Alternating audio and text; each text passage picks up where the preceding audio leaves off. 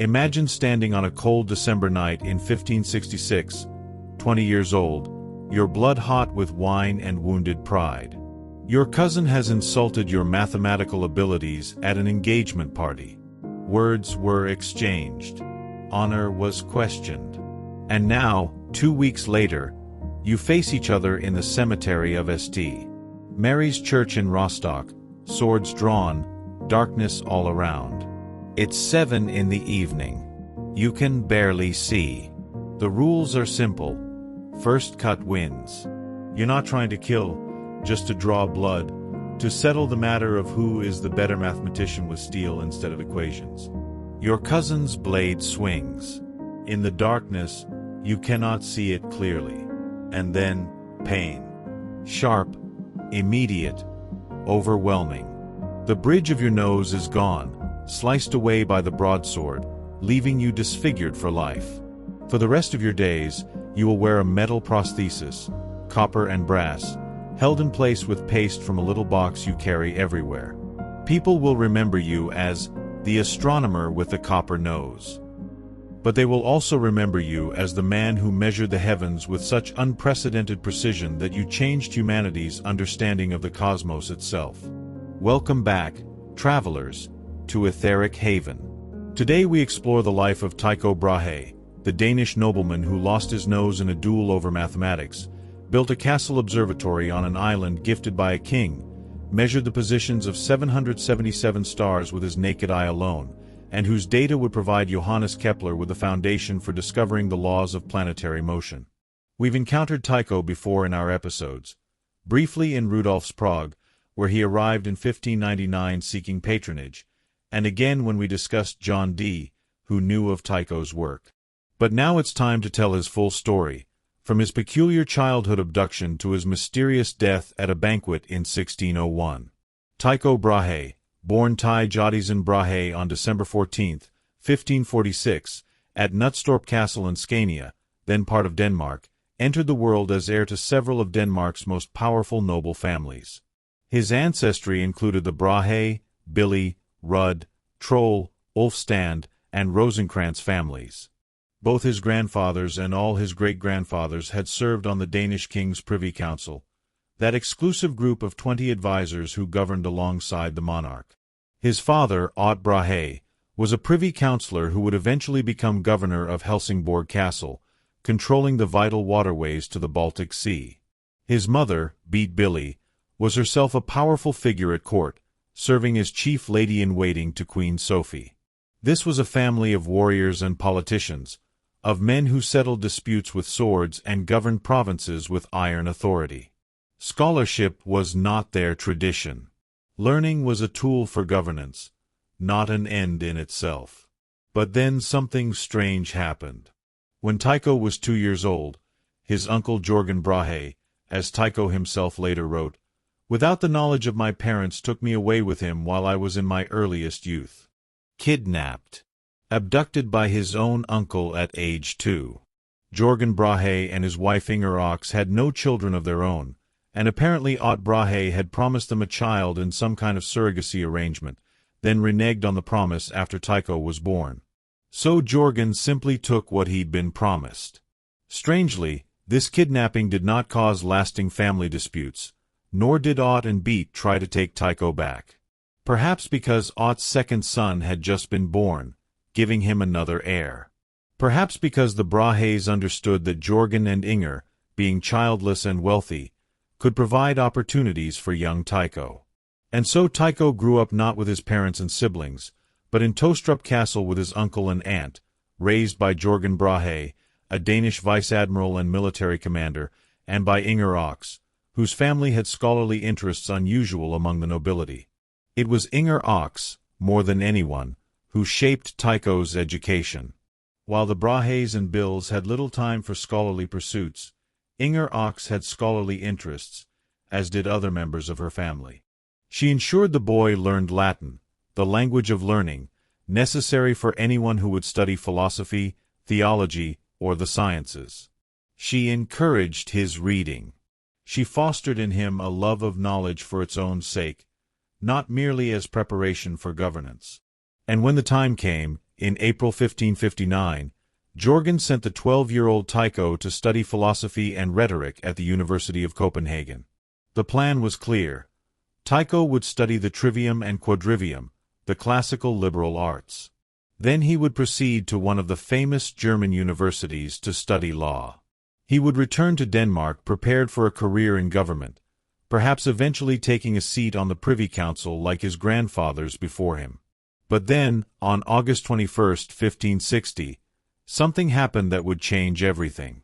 Young Tycho, not yet 14 years old, heard that a solar eclipse had been predicted for that day. And when the prediction proved correct, when the sun was indeed eclipsed exactly as the astronomers had foretold, it seemed to him divine. Think about what this meant to a medieval mind. The sun, source of all light and life, the most powerful object in the visible heavens, going dark. Not randomly, not as divine punishment, but because humans had calculated it would happen. Mathematics had predicted the behavior of the cosmos itself. The young Tycho was struck with wonder. If the movements of the heavens could be predicted, then they must follow laws.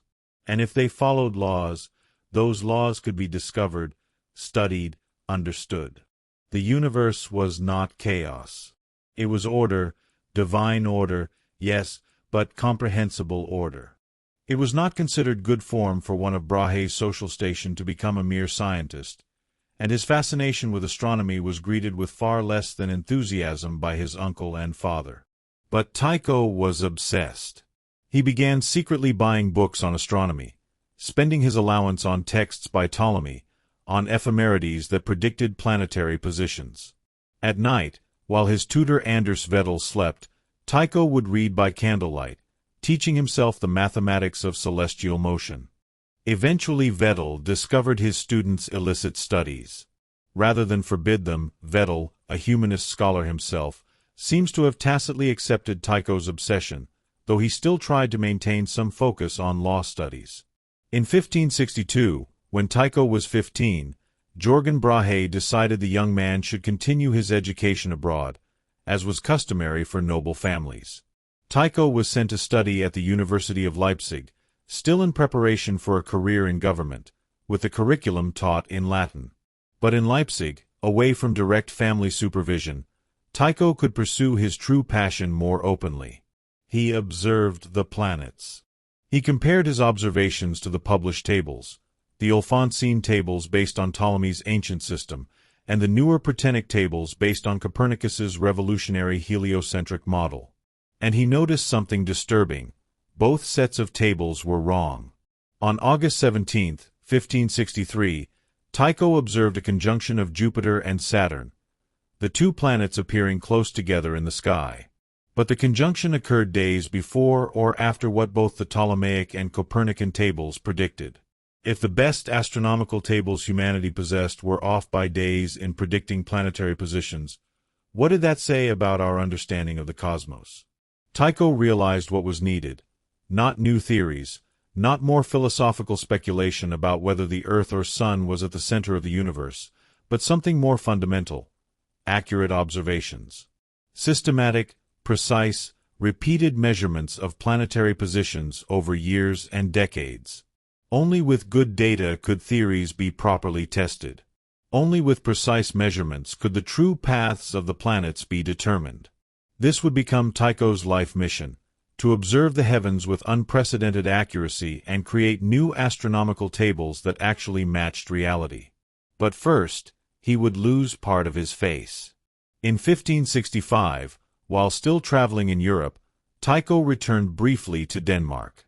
His uncle Jørgen Brahe, who had raised him, who had saved his life by rescuing King Frederick II from drowning after a night of drinking when the king fell into a Copenhagen canal, died shortly afterward from a fever, possibly pneumonia contracted during that rescue. Jørgen's possessions passed to his widow, Inger Ox, who continued to regard Tycho with special fondness. She would remain an important supporter throughout his life. But now, at 19, Tycho was wealthy and independent. He could pursue his studies freely, without anyone's permission. In 1566, he left to study at the University of Rostock in what is now Germany, focusing on the university's famous medical school and becoming interested in medical alchemy and herbal medicine. And there, at Rostock, came the infamous duel.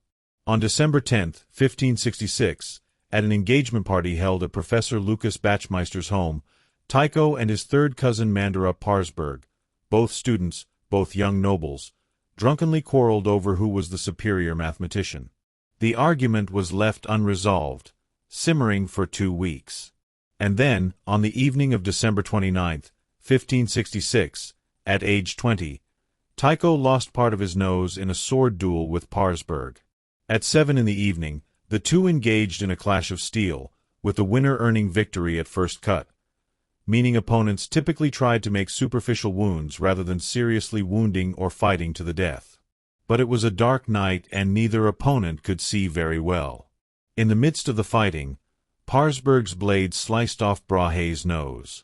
Tycho lost the bridge of his nose and gained a broad scar across his forehead. He received the best possible care at the university. Remember, Rostock had one of the finest medical schools in Europe, which is why Tycho had gone there to study. He wore a prosthetic nose for the rest of his life, kept in place with paste or glue. Thanks to Brahe's close connections to Rostock's medical professors, he soon had a new nose, made from a gold-silver alloy, though it's likely the prosthesis was painted rather than manufactured using a blended alloy to appear flesh-colored. Later analysis would reveal something different. When Brahe's grave was opened in 2010, spectroscopic analysis revealed high levels of copper and zinc in the bones of his skull, leading researchers to conclude he had frequently worn a brass prosthesis. So the legends of the golden nose were partly myth. It was copper and brass, practical metals for a practical man, even if they left green stains on his skull. Despite marring his face, Tycho Brahe would become good friends with Parsberg, who would become one of his greatest supporters. The hostility between them didn't last. In the peculiar logic of noble duels, having crossed swords seemed to create a bond rather than enmity. But the nose, or lack thereof, would mark Tycho for life. Every portrait, every description, would mention it. The astronomer with the metal nose. The nobleman disfigured in a duel over mathematics. And yet, this disfigurement would not define him. What would define Tycho Brahe was what he saw when he looked up at the night sky, and the revolutionary precision with which he measured what he saw. For on November 11, 1572, walking home from his uncle's alchemical laboratory, Tycho would witness something that everyone said was impossible: a new star blazing in the supposedly eternal and unchanging heavens. And his observation of that star would make him famous across Europe, bringing him to the attention of a king who would give him an entire island to build the greatest observatory the world had ever seen. On November 11, 1572, Tycho was walking home from his uncle Steenbilly's alchemy laboratory at Heravad Abbey when his attention was drawn upward. There, in the constellation Cassiopeia, blazed a star that had not been there before, shining almost directly above his head, brighter than Jupiter, impossibly bright. He was so astonished that he doubted the trustworthiness of his own eyes. But when he pointed it out to others and they too could see it, when they confirmed that yes, there was truly a star there where no star had ever been, he had no further doubts. A new star. Stella Nova. Within days, it brightened to about the magnitude of Venus, around -4, and was visible during daylight for about 2 weeks. For 18 months, this impossible star remained visible, slowly fading through color changes from brilliant white to yellow to orange to faint reddish light, finally disappearing from view in March 1574. But it wasn't just the brightness that mattered. It was what this brightness meant. Since Aristotle, for nearly 2,000 years, European philosophy had taught that the heavens beyond the moon were eternal and unchanging. The celestial sphere was perfect, immutable, divine. Stars were fixed in their positions for all eternity. Nothing new could appear there. Nothing could change. If something new appeared in the sky, it had to be in the sublunar realm, below the moon, in the imperfect sphere of Earth's atmosphere, where comets and meteors occurred. The heavens themselves? Impossible for them to change. But Tycho observed that the new star showed no daily parallax against the background of fixed stars. This meant it was at least farther away than the Moon, beyond even the planetary spheres. For several months, the object did not change its position relative to the fixed stars, proving it was not a planet. The new star was in the stellar sphere itself. The supposedly unchanging heavens had changed. In 1573, Tycho published a small book, De Nova Stella, coining the term nova for a new star. The publication of his discovery made him a well-known name among scientists across Europe. In his preface, Tycho was scathing toward those who dismissed the implications of his observation, writing, "O crassa ingenia! O Kiko's silly spectators! O thick wits! O blind watchers of the sky!" Think about the audacity of this. A young man in his 20s, challenging the Aristotelian worldview that had dominated European thought for 2 millennia, calling out the established astronomers and philosophers as blind, insisting on what his careful measurements showed, regardless of what ancient authority claimed. Adding fuel to the intellectual fire that Copernicus had started decades earlier, Tycho showed this new star was far beyond the Moon, demonstrating that it was possible for the universe beyond the Sun and planets to change. The nova made Tycho famous, and fame brought opportunity. King Frederick II of Denmark, the same king whose life Tycho's uncle Jorgen had saved by rescuing him from drowning, took notice of this brilliant young nobleman who was challenging ancient astronomy and making Denmark's name known across Europe. Tycho had been planning to leave Denmark, frustrated by lack of support for serious astronomical research. In 1574, he gave a series of lectures on astronomy at the University of Copenhagen, but found the environment stifling. In 1575, he left Denmark to tour Europe, visiting astronomers in Germany and planning to settle somewhere that would support his work. But King Frederick heard of Tycho's plans and, desiring to keep the distinguished scientist in Denmark, made him an extraordinary offer. On May 23, 1576, by royal decree, Frederick II granted Tycho the entire island of Hven, located in the Øresund Strait between Denmark and Sweden, along with an annual stipend to establish an astronomical observatory. An entire island, given to one man, for science. Hven, about 3 miles long and 2 miles wide, had been property directly under the crown. The 50 families living on the island considered themselves freeholding farmers. But with Tycho's appointment as feudal lord of Hven, everything changed. Tycho had absolute authority. He controlled agricultural planning, requiring the peasants to cultivate twice as much as before. He exacted corvée labor, mandatory unpaid work, for constructing his observatory. The peasants complained. They took him to court. But the court established Tycho's right to levy taxes and labor, resulting in a contract detailing the mutual obligations of lord and peasants. Tycho was not popular with his tenants. But he had what he needed: isolation, resources, and time. Construction of Uraniborg, named after Urania, the muse of astronomy, began in 1576 and was completed around 1580. The design was inspired by Andrea Palladio, the great Venetian architect, making Uraniborg one of the first buildings in Denmark to reflect Italian Renaissance architecture. But this was no ordinary palace. The plan set the palace and research facilities in the center of a square fenced garden, with its axis daringly rotated 45 degrees from the cardinal directions. The complex was precisely oriented to the compass points, with proportions that Tycho carefully specified. Some scholars believe these proportions were designed to make Uraniborg function as an astrological talisman, increasing the beneficial influences of the Sun and Jupiter on its inhabitants. Whether or not Tycho consciously intended this, it reveals how astronomy and astrology remained intertwined even in his meticulous, measurement-focused work. A large wall, 75 meters on each side and 5.5 meters high, was planned to surround Uraniborg but was never fully built. Instead, a high earth mound was constructed, the only remnant of the original observatory that survives to this day. The palace itself was 3 stories tall, with observation platforms on the towers. But it was more than an observatory, it was a complete research institute. Uraniborg included extensive gardens between the mound walls and the building, which were not merely decorative. The gardens supplied herbs for Tycho's medicinal chemistry experiments, as the complex also contained alchemy laboratories. At the gatehouses, Tycho incorporated his printing workshop and the island's prison. Yes, as feudal lord, he had his own prison for maintaining order among the tenants. Extending beyond the walls, the infrastructure included a system of aquaculture ponds whose overflow powered a paper mill. Tycho was paranoid about his discoveries being stolen. So he established his own paper mill to produce paper, and his own printing press to publish his results, overseeing every aspect of production to prevent plagiarism before publication.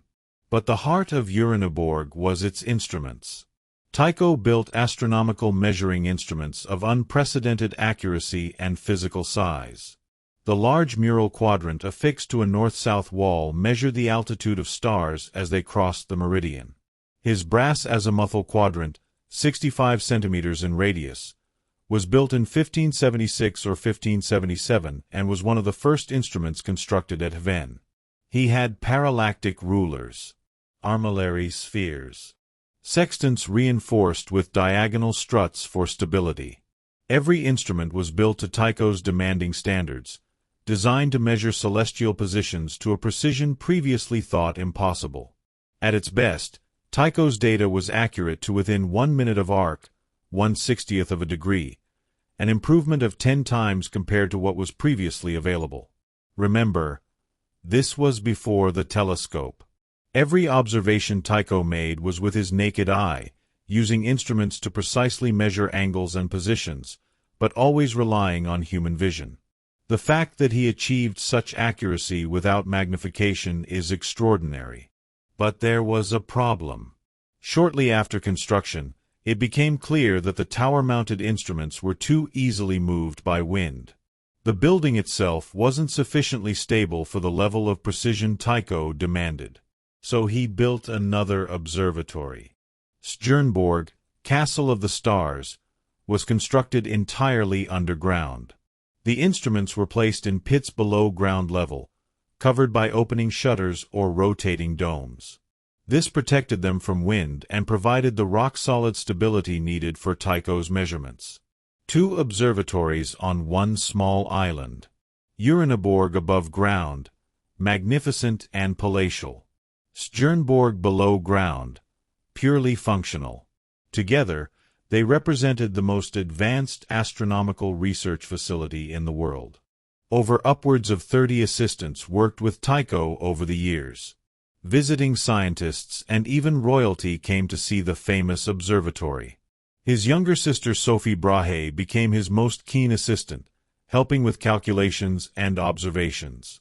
Night after night, year after year, for 20 years, Tycho and his team measured the heavens. The resulting star catalogue contained more than 1,000 stars with unprecedented precision. Planetary positions were tracked with obsessive detail. Every clear night was an opportunity for data collection. Tycho also observed a great comet in 1577, applying the same parallax techniques he'd used with the nova. He proved the comet was also beyond the moon, not an atmospheric phenomenon as Aristotle had taught, but a celestial body passing through the supposedly solid crystalline spheres that ancient cosmology claimed existed. Another blow to the old worldview. Another demonstration that careful observation mattered more than ancient authority. But Tycho's time on Hven would not last forever. In 1588, while still on the island, Tycho developed his own model of the cosmos, the Tychonic system. Earth remained stationary at the center, with the moon and sun revolving around it, but Mercury, Venus, Mars, Jupiter, and Saturn revolved around the sun, with the stars rotating in the outermost sphere. It was a compromise, attempting to preserve some aspects of the traditional geocentric model while incorporating elements of Copernicus's heliocentric system. Today we know it was wrong. But it was based on his observations, particularly his failure to detect stellar parallax, which he believed meant Earth couldn't be moving. The truth is that stars are so distant that detecting their parallax requires telescopes far more powerful than even Tycho's naked-eye observations could achieve. But he couldn't have known that. He worked with what he could measure, and drew conclusions based on evidence. In 1588, King Frederick II died. His successor, Christian IV, was only 11 years old, meaning Denmark was ruled by regents for several years. When Christian came of age and took power, he was not a fan of Tycho Brahe. The new king resented the enormous sums being spent on astronomy. He disliked Tycho's arrogant personality. The complaints from the peasants of Hven about Tycho's harsh treatment reached the court. And Tycho's failure to attend required state functions, he was too busy with his observations, offended the young king's sense of propriety. In 1597, the funding stopped. Christian IV withdrew Tycho's stipend and his rights to the island. After 21 years on Hven, after building the greatest observatory in Europe, after accumulating 2 decades of the most precise astronomical data ever collected, Tycho Brahe was forced to leave. He packed up his instruments, at least those he could transport. He gathered his most precious papers and observations. And in 1597, at age 50, Tycho left Denmark, never to return. Both observatories would be destroyed shortly after his death in 1601. The magnificent Uraniborg, which had welcomed kings and scholars, which had produced revolutionary astronomical discoveries, was torn down. Today only that earth mound remains, and the underground chambers of Stjernborg, partially restored for tourists. But Tycho's data survived. Those 20 years of meticulous observations, recorded night after night with unprecedented precision, would soon find their way into the hands of a young German mathematician in Prague, a man we've already met in these episodes. Johannes Kepler. And Kepler would use Tycho's data to discover something that Tycho himself never realized: the true shape of planetary orbits and the mathematical laws governing their motion. But before that fateful collaboration could occur, Tycho needed a new patron. He needed someone who valued knowledge, who understood the cosmic significance of precision astronomy, who had the wealth and power to support Tycho's expensive research. He needed Emperor Rudolf II. In our next segment, we'll follow Tycho to Prague, where he'll spend the final years of his life in Rudolf's court. We'll meet his assistants, including the brilliant but difficult Kepler. We'll explore the famous incident at a banquet that may have killed him. And we'll examine the mystery surrounding his death. Was it natural causes, or was the great astronomer murdered? The man with the copper nose had measured the heavens. But he could not measure the dangers that awaited him in the alchemical dream of Rudolf's Prague. In 1599, Tycho Brahe arrived in Prague at the beginning of summer, age 52, carrying with him the most precious cargo imaginable, not gold or jewels, but data. 20 years of astronomical observations recorded with unprecedented precision. The positions of 777 stars. Detailed tracking of planetary motions. The fruit of decades of tireless labor on the island of Hven.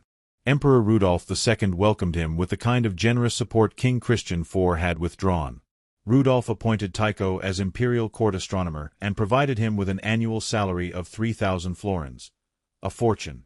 At the imperial court, even Tycho's wife and children were treated like nobility, which they had never been at the Danish court.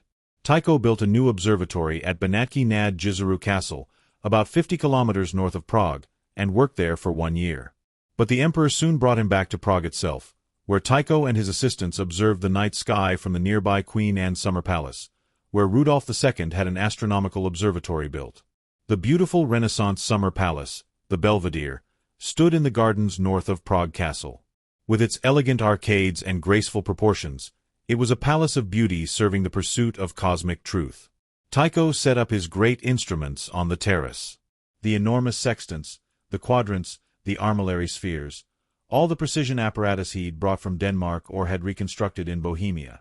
In return for Rudolf's support, Tycho's duties included preparing astrological charts and predictions for his patrons at events such as births, weather forecasting, and astrological interpretations of significant astronomical events. Rudolf trusted horoscopes implicitly. He wanted predictions. He wanted to know what the stars foretold about his reign, his enemies, his future. And Tycho provided them, though his real passion remained the observations themselves, the patient, methodical measurement of celestial positions. But Tycho needed help. His eyes were aging. The work was immense. His task was to complete the Rudolphine tables, new planetary tables based on his own accurate positions that would replace the outdated Prutenic tables. This would be his legacy, tables so accurate that astronomers across Europe could rely on them for centuries. But the mathematical work required to transform raw observations into usable tables was staggering. Tycho was a brilliant observer, but not a mathematician of the first rank. He needed someone with exceptional mathematical ability, someone who could take his data and unlock its secrets. Immediately upon arriving, Tycho Brahe invited the young and excellent Johannes Kepler, who came to Prague in 1600 and met with Tycho for the first time on February 3. Imagine that first meeting. Tycho, the wealthy Danish nobleman with a copper nose, confident in his decades of observations. Kepler, the poor, nearsighted son of a mercenary and a woman later accused of witchcraft, brilliant but struggling, desperate for access to data that could test his theories. Kepler was a convinced Copernican, and considered Tycho's model to be mistaken, and derived from simple inversion of the Sun's and Earth's positions in the Copernican model. So here was the fundamental tension.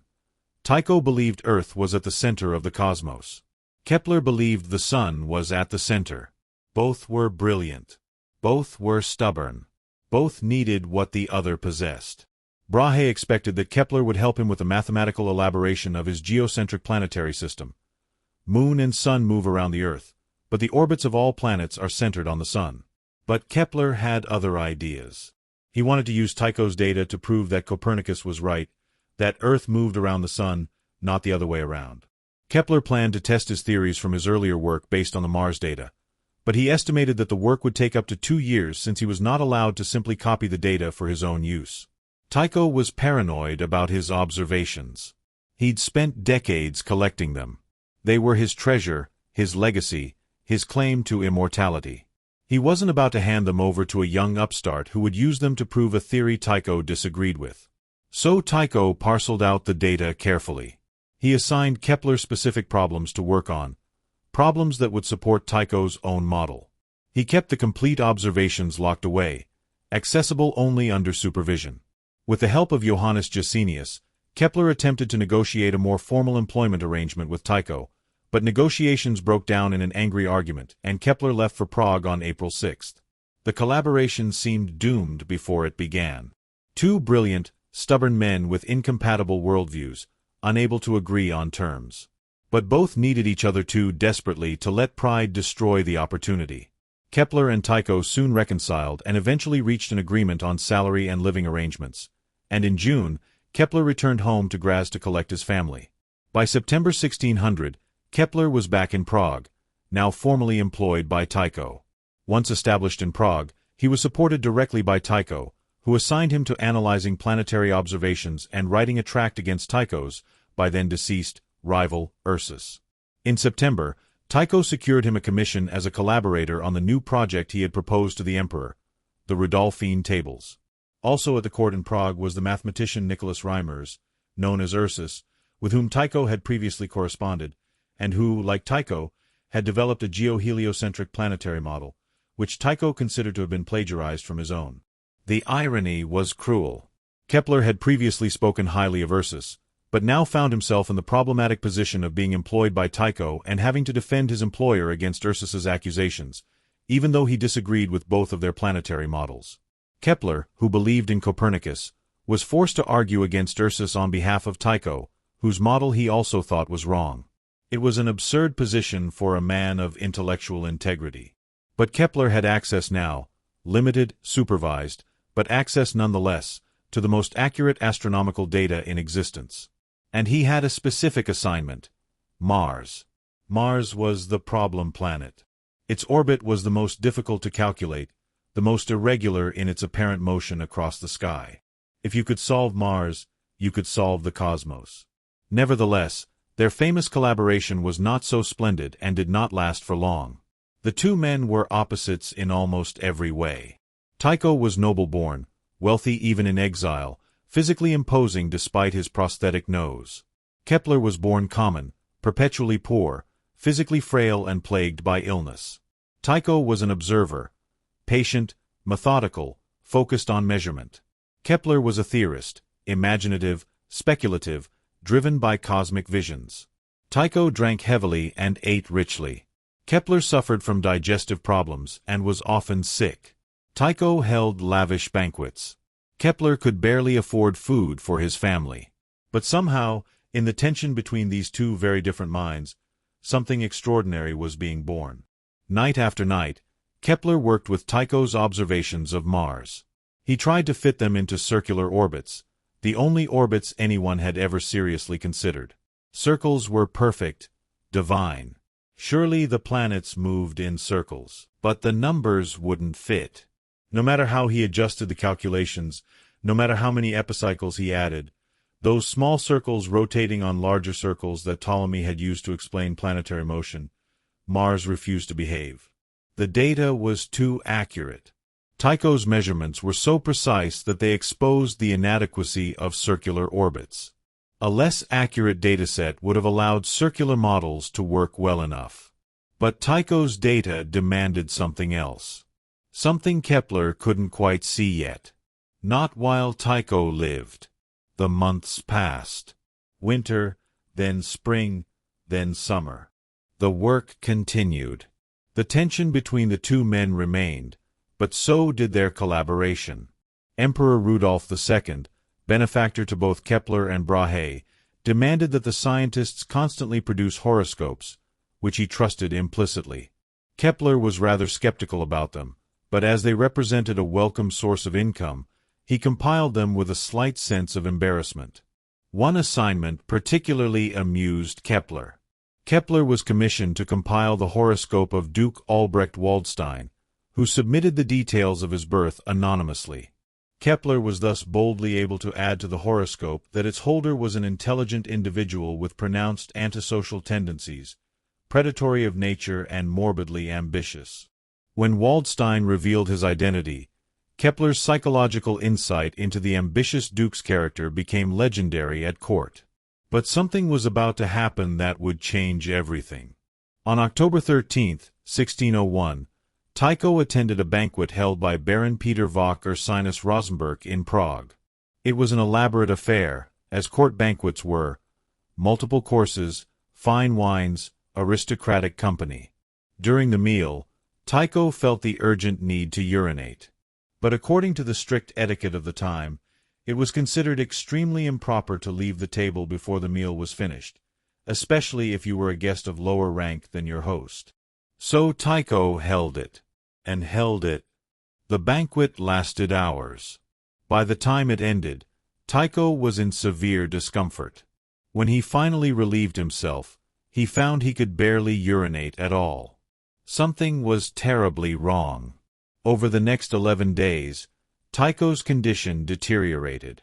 He suffered from what physicians diagnosed as a urinary obstruction, possibly an enlarged prostate, possibly a bladder stone, possibly a urinary tract infection that had turned septic. He was in agony. The inability to urinate properly caused toxins to build up in his system. Fever set in. Delirium came and went. Kepler visited him during those final days. He recorded what he saw. The great astronomer, who had measured the heavens with such precision, reduced to suffering on his deathbed, his body betraying him. Before he died, Brahe is believed to have repeated several times the phrase, "Ne frustra vixis videor," may I not seem to have lived in vain. Tycho Brahe suddenly died on October 24, 1601, only 2 years after coming to Bohemia. He was 54 years old. 2 days after Tycho's unexpected death, Kepler was appointed his successor as the imperial mathematician with the responsibility to complete his unfinished work. And more than that, Kepler now had access to all of Tycho's data. The complete observations. 20 years of measurements. Everything Tycho had so jealously guarded. For centuries, the story ended there. Tycho died of natural causes, a bladder problem, sepsis, unfortunate but not suspicious. But in the 20th century, questions began to emerge. When Tycho's tomb was opened for the first time in 1901, analysis of his hair and beard revealed unusually high levels of mercury. Not just a little mercury, levels high enough that some researchers wondered if they might have been fatal. Had Tycho been poisoned? Investigations in the 1990s suggested that Tycho may not have died from urinary problems, but instead from mercury poisoning. It was speculated that he had been intentionally poisoned. The two main suspects were obvious. The two main suspects were his assistant, Johannes Kepler, whose motives would be to gain access to Tycho's laboratory and chemicals, and his cousin, Etheric Brahe, at the order of friend-turned-enemy Christian IV, because of rumors that Tycho had had an affair with Christian's mother. Kepler, who gained everything from Tycho's death: the position, the data, the opportunity to prove his theories. Or Christian IV, the Danish king who had forced Tycho into exile, who might have wanted revenge for perceived insults or scandals. But was the mercury poisoning real? Or was it just the result of Tycho's alchemical work, his frequent handling of mercury in experiments? In February 2010, the Prague city authorities approved a request by Danish scientists to exhume the remains, and in November 2010 a group of Czech and Danish scientists from Aarhus University collected bone, hair, and clothing samples for analysis. The scientists, led by Jens Velov, analyzed Tycho's beard hair once again. The team reported in November 2012 that there was not enough mercury present to substantiate murder, and there were no lethal levels of any poisons present. The mystery remains open, but the evidence suggests natural causes. Tycho died because he held his bladder too long at a banquet, developed a urinary obstruction, and sepsis killed him. A great mind, brought down by etiquette and biology. In our final segment, we'll explore what Kepler did with Tycho's data, how he discovered the three laws of planetary motion, how he revolutionized astronomy, and how Tycho's legacy lived on through the work of the man who had been his difficult, brilliant assistant. We'll also reflect on what Tycho's life means. This man who measured the heavens with such precision, who challenged ancient dogma with careful observation, who lost his nose in a duel over mathematics and spent the rest of his life proving that accuracy matters more than authority. The man with the copper nose has one more gift to give us. 2 days after Tycho's death, Johannes Kepler inherited more than just a title. He became imperial mathematician, yes, but more importantly, he gained unrestricted access to the treasure Tycho had guarded so jealously: 20 years of astronomical observations, the most accurate planetary data ever collected. And Kepler, the brilliant, stubborn, nearsighted mathematician who could barely see the stars, would use Tycho's data to see something no one had ever seen before: the true shape of the cosmos. For 9 years, Kepler worked obsessively with Tycho's observations of Mars. 9 years of calculations, trying to fit the data into circular orbits, the orbits that every philosopher since Pythagoras had assumed were perfect, divine, necessary. But the numbers wouldn't cooperate. Mars was particularly difficult because its orbit was the most elliptical of the planets for which Tycho had extensive data. In a twist of irony, Tycho had unwittingly given Kepler the very part of his data that would enable Kepler to formulate the correct theory of the solar system, banishing Tycho's own geocentric model forever. Kepler tried everything. He calculated and recalculated. He added epicycles, small circles rotating on larger circles. He adjusted the center points. He worked with obsessive precision, checking his calculations against Tycho's measurements to within minutes of arc. And still, Mars refused to behave. The discrepancy was only about 8 minutes of arcade, 8/60ths of a degree. Most astronomers would have dismissed such a tiny difference as measurement error. But Kepler knew Tycho's data was better than that. If Tycho's observations disagreed with circular orbits by 8 minutes of arcade, then circular orbits were wrong. And then, reluctantly, painfully, Kepler abandoned the circle. After much struggling, Kepler was forced to an eventual realization that the orbits of the planets are not circles, but were instead the elongated or flattened circles that geometers call ellipses. Ellipses. Not perfect circles, but stretched circles with two focal points instead of one center. And the Sun didn't sit at the center of these ellipses. It sat at one of the two foci, off to the side, while the other focus remained empty. This was heresy against 2,000 years of philosophical tradition. Since Plato and Aristotle, circles had represented perfection. The heavens were divine, and divine things must move in perfect circles. To suggest otherwise was to suggest the universe was imperfect, irregular, less than the geometrical ideal. But Kepler was a mystic who believed God was a mathematician. And if God chose ellipses over circles, then ellipses must reveal a deeper perfection than anyone had previously imagined. In 1609, Kepler published Astronomia Nova, New Astronomy, articulating his first two laws of planetary motion. Kepler's first law: all planets move about the Sun in elliptical orbits, having the Sun as one of the foci. This single statement overturned millennia of astronomical theory. It meant that Ptolemy was wrong, Earth wasn't at the center, and orbits weren't circles. It meant that Copernicus was right about heliocentrism but wrong about circular orbits. And it meant that Tycho's compromise model, Earth at the center with planets orbiting the Sun, was completely mistaken. The data demanded it. Tycho's meticulous observations, gathered night after night for decades, proved it beyond doubt. But Kepler discovered something else, something even stranger. He noticed that when a planet was closer to the Sun, it moved faster through its orbit. When it was farther away, it moved more slowly. This made intuitive sense. The Sun must be exerting some kind of force, pulling the planets, making them speed up when they approached and slow down when they receded. But how to express this mathematically? Kepler noticed that an imaginary line drawn from a planet to the Sun swept out an equal area of space in equal times, regardless of where the planet was in its orbit. If you draw a wedge-shaped triangle from the Sun to the planet's position at one moment, and then draw another wedge from the Sun to its position at a fixed time later, those two wedges, no matter where in the orbit you measure them, always have the same area. Think about what this means. Near the Sun, the wedge is short and wide. The planet has moved a long distance in a short time. Far from the Sun, the wedge is long and narrow. The planet has moved a short distance in the same amount of time. But the areas are equal.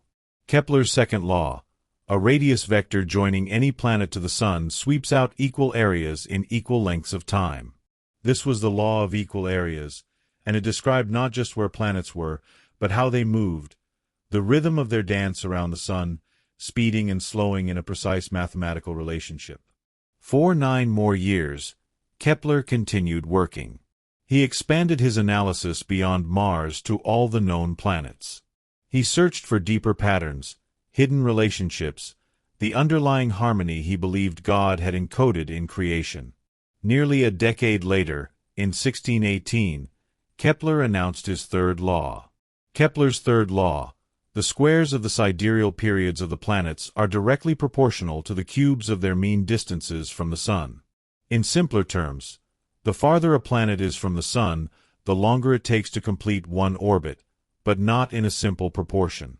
If you square the orbital period and cube the orbital distance, you get a constant ratio that's the same for every planet.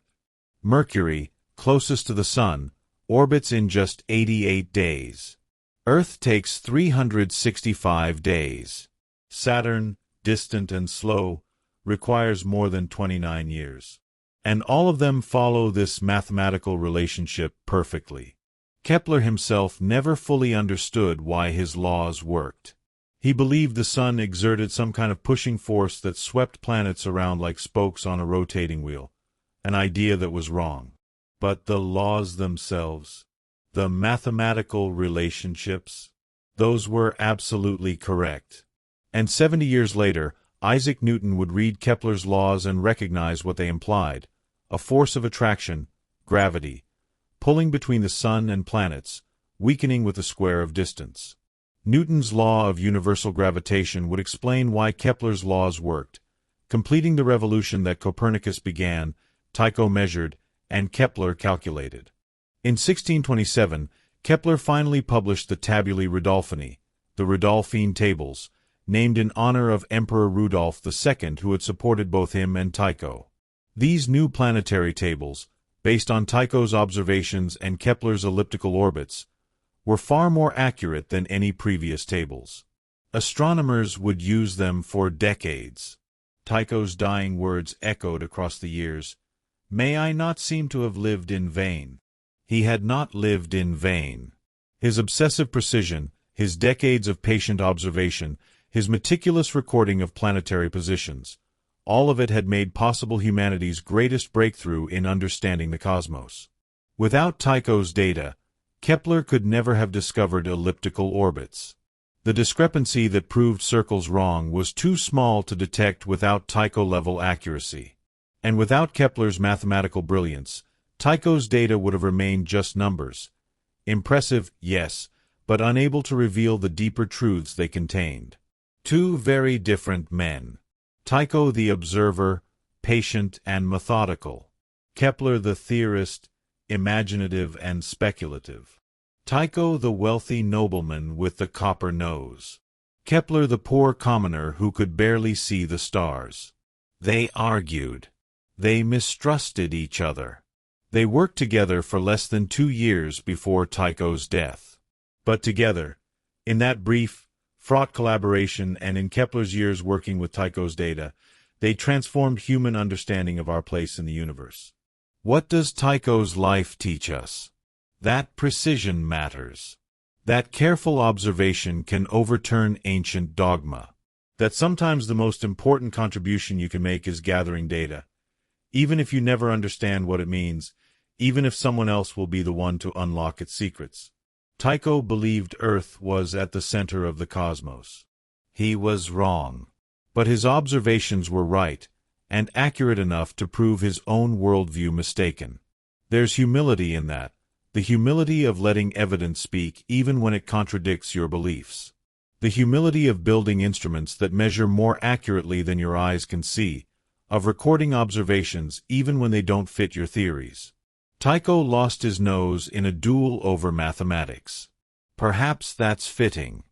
He spent his life proving that mathematical precision reveals truth, that measurement matters more than speculation, that accurate observation can challenge the greatest philosophers who ever lived.